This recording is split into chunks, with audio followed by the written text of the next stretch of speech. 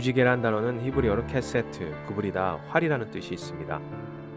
따라서 하나님께서 활을 하늘에 두셨다라는 표현이 원문에 좀 더 근접한 표현이라고 볼 수 있습니다.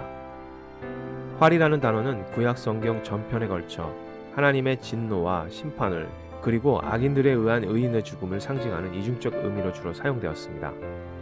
커다란 활을 당겨 화살을 쏜다면 화살은 땅을 향하여 나아가는 것이 아니라 하늘을 향하여 나아갑니다. 이 충격적인 상황은 무엇을 나타내는 것일까요? 하나님의 진노의 화살은 이제 땅이 아니라 하늘을 향하고 있으며 인간이 아니라 하나님께로 향하고 있다는 것입니다. 다시 말하자면 무지개는 하나님께서 자신의 희생을 통해서 인간을 구원하시겠다는 언약의 의미를 담고 있으며 더 나아가 인간의 죄를 짊어지시고 대신 저주의 화살을 맞으신 예수 그리스도의 십자가 사건을 예표하고 있습니다.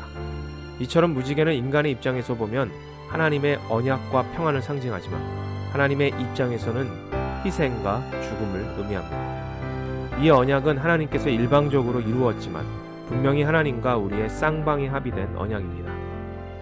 홍수로 멸하지 않겠다는 약속이 있기 전 생육하고 번성하고 핏째 먹지 말며 살인하지 말라고 피를 흘리지 말라고 경고하며 언약을 강조하십니다.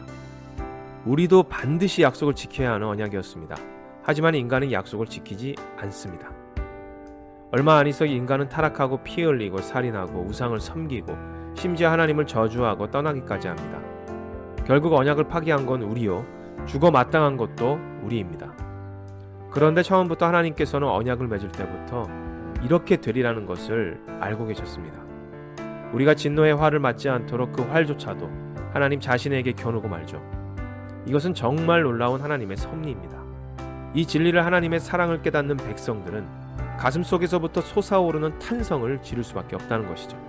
그런데 정작 더 놀라운 것은 무엇인지 아십니까? 그 활은 이미 노아시대 이전 아담과 하와가 선악과를 따먹은 후부터 시작되어 그리스도 예수의 죽음을 준비하고 계셨던 것이죠. 언약을 파기한 백성인 우리를 무조건적으로 이미 용서하신 하나님의 은혜는 결국 그리스도 예수를 통하여 이 땅에 임하게 하십니다. 예수 그리스도는 인간의 죄를 위하여 예리한 목과 창에 찔려 돌아가셨습니다. 하나님 아버지께서는 자신의 아들을 내어줌으로 우리에게 영원한 안식과 평화와 구원의 확증을 주셨습니다. 활이 하늘로 향했던 언약의 증거 무지개는 우리를 위해 죽을 수밖에 없었던 그리스도 예수의 그 십자가였던 것입니다.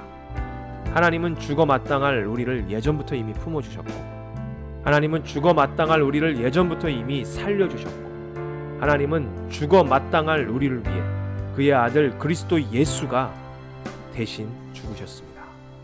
이것이 복음입니다.